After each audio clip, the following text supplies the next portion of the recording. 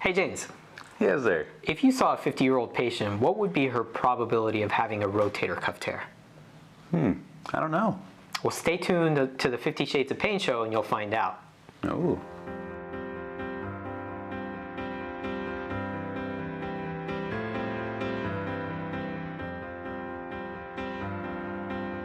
Welcome to the 50 Shades of Pain show. I'm Dr. Donish, Medical Director of Wellward Medical here in Lexington, Kentucky, and I'm here with my co-host, Dr. James Escaloni. And today we're talking about shoulders. Shoulders are a very common problem. I even had shoulder issues when I was a teenager. I remember I was big into karate and volleyball, and it took a few really bad hits unprepared, and I dislocated my shoulder. Eventually found out that I had a rotator cuff tear. Oh, wow. Now, back then, the only solution was to have surgery, and to this day, it still defines what I call 10 out of 10 pain, because it was a tough surgery. Oh, wow. And afterwards was an even harder or longer period of recovery from the rehab. Now, How long was your rehab, by the way? It took like 6 months to a year before I got back to where I was feeling normal and myself again.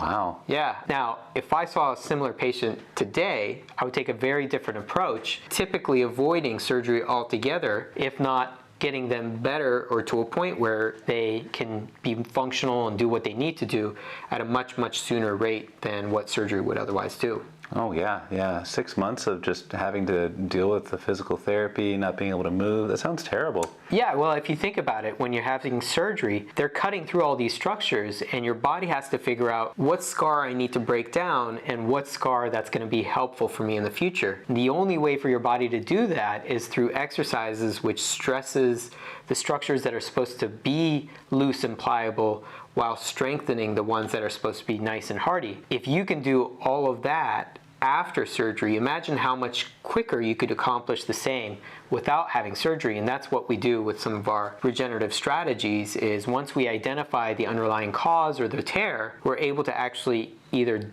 suck out or vacuum out some of the scarring and then inject products that will accelerate the repair process and actually get your body to stitch itself back together instead of relying on a surgeon's deft hands. Now, you've got me kind of curious. You had mentioned something about knowing a percentage of tear. How could you figure out with your clinical experience, just by looking at somebody and knowing their age, that they might have a rotator cuff tear? So I'll give you two answers. The simple answer is that we've seen so many shoulders just scanning them under ultrasound that even non-symptomatic or shoulders that are functioning normally will actually show rotator cuff tears. It's just that your body has been able to build in compensation for that. And there was this really cool study that I read once, and when you looked at it, it actually correlated quite well with your age, that your age is about the same probability as you having had a rotator cuff tear. Now, what makes the difference between a tear that is problematic versus a tear that's just your body's built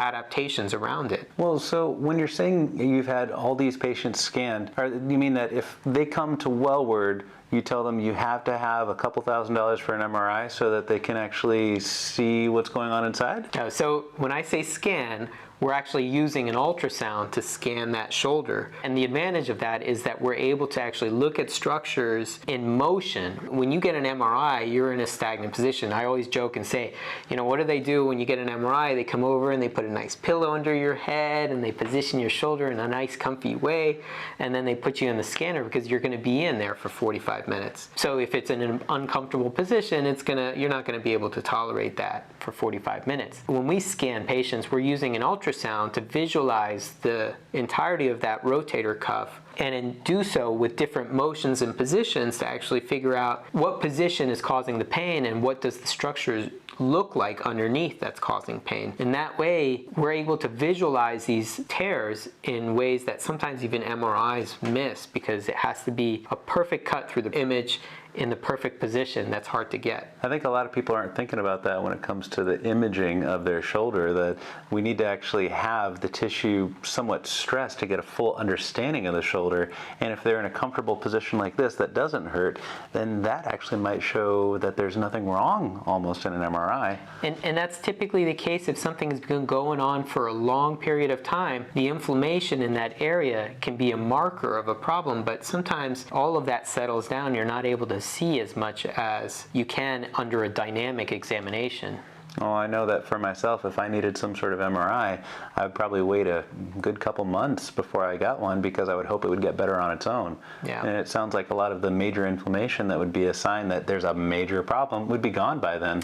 Well, with 2 months, you're probably still safe at seeing that acute injury, but if you're talking about something that's been going on for months or years, then we're talking about a little bit harder problem to diagnose. And that's why a lot of people will get the MRI, they'll find some kind of a problem like a rotator cuff tear, but that won't be the full picture of what's going on, because oftentimes what's happening is similar to a lot of our other joints, they're held in place by ligaments, and they're moved with tendons and muscles. Now, if your ligaments are failing, your muscles and tendons will compensate to some degree, but they're not built for that kind of a stamina. So over time, they can break down and tear, and that's what we see on the imaging.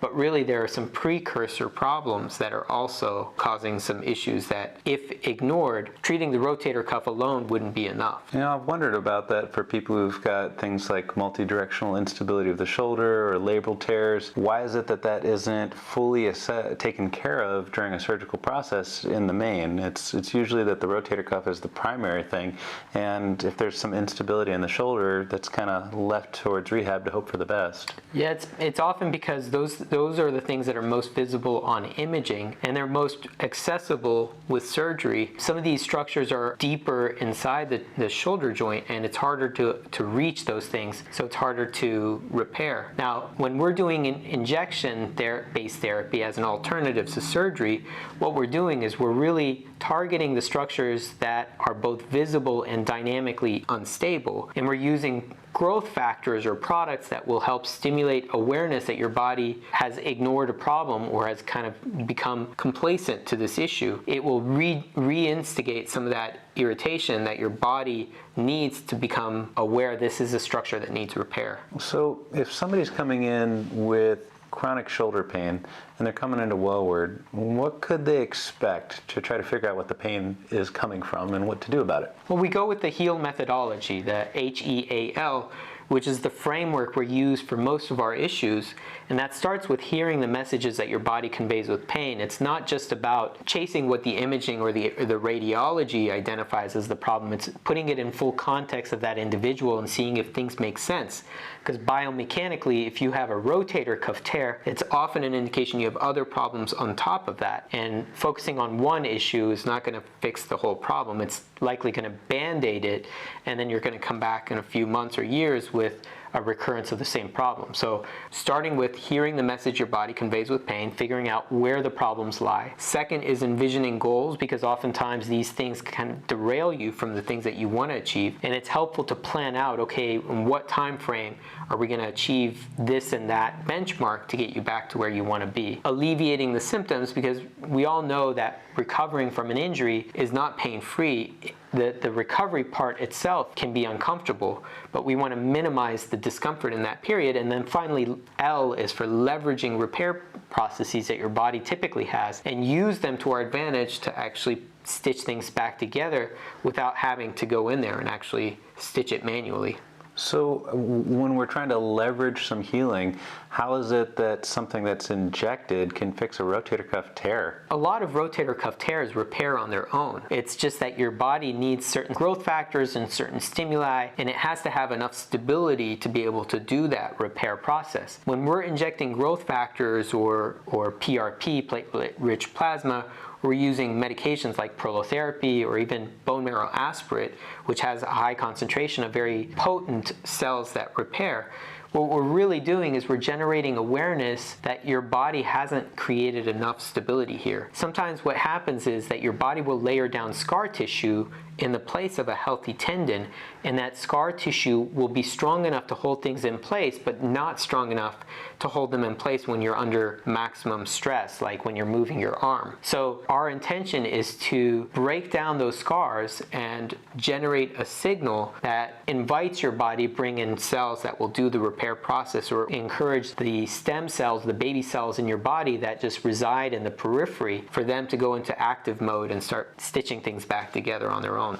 So what about the older individual who has just a ton of scar tissue along a torn rotator cuff, who really does not want to have that surgery again? What can be done for that? There's a lot that can be done even without surgery to just break down scars. If we're not able to do it with injections, there's a procedure called the Tanonomy, where we use a probe that's something like a vacuum cleaner that sucks out the scar. And then once that scar is out, now we can use our regenerative products or exercises to give your body the incentive it needs to build in that healthy tissue, that broken down scar. And have you seen this work successfully? Very well. If I had a similar issue as my shoulder did back when I was 17, that's exactly the process that I would recommend, is to start with physical therapy and exercise, see how much progress you can make there. If it's not advancing at a certain pace, then look at either doing injections to help instigate further repair, or move into that Tanonomy procedure that will suck out the scar tissue and compound it or couple it with regenerative therapies that will accelerate that repair process. How long does it usually take for people to start to notice a difference after they've gone through, for example, a Tanonomy and then a PRP to help them out afterwards? Usually about 4 to 6 weeks after each procedure, you'll see a significant improvement. So if we're doing them back to back, sometimes we'll couple them within a few weeks apart, so that within 4 to 6 weeks of the second procedure, we should start seeing significant strides forward. Wow. That's a heck of a lot better than 4 to 6 months. That's absolutely right. Yeah, especially considering your history with the 10 out of 10 pain that you had during the shoulder surgery and that rehab. Wow, that sounds like a much better alternative. It is. And if you found this helpful, we would love to hear from you. If you can comment below and give us insights on what questions we didn't answer that we should next time. We've got a lot of resources out there. This will go out on our Facebook page, YouTube. We've got a podcast that goes out called the Wellward Way podcast. You can find that on iHeartMedia, on Apple iTunes. There's a lot of too. On Spotify as well. There's a lot of resources to help you educate yourself about your own joints. We would love to help you in that process. And if you find this to be helpful and would like to set up an appointment, feel free to call us at 859-275-HURT or HURT, and we can help get you to the right resources and get you scheduled in. All right, so thank you again for watching, and I'm Dr. Escaloni. And I'm Dr. Donish. We'll see you next time. Take care.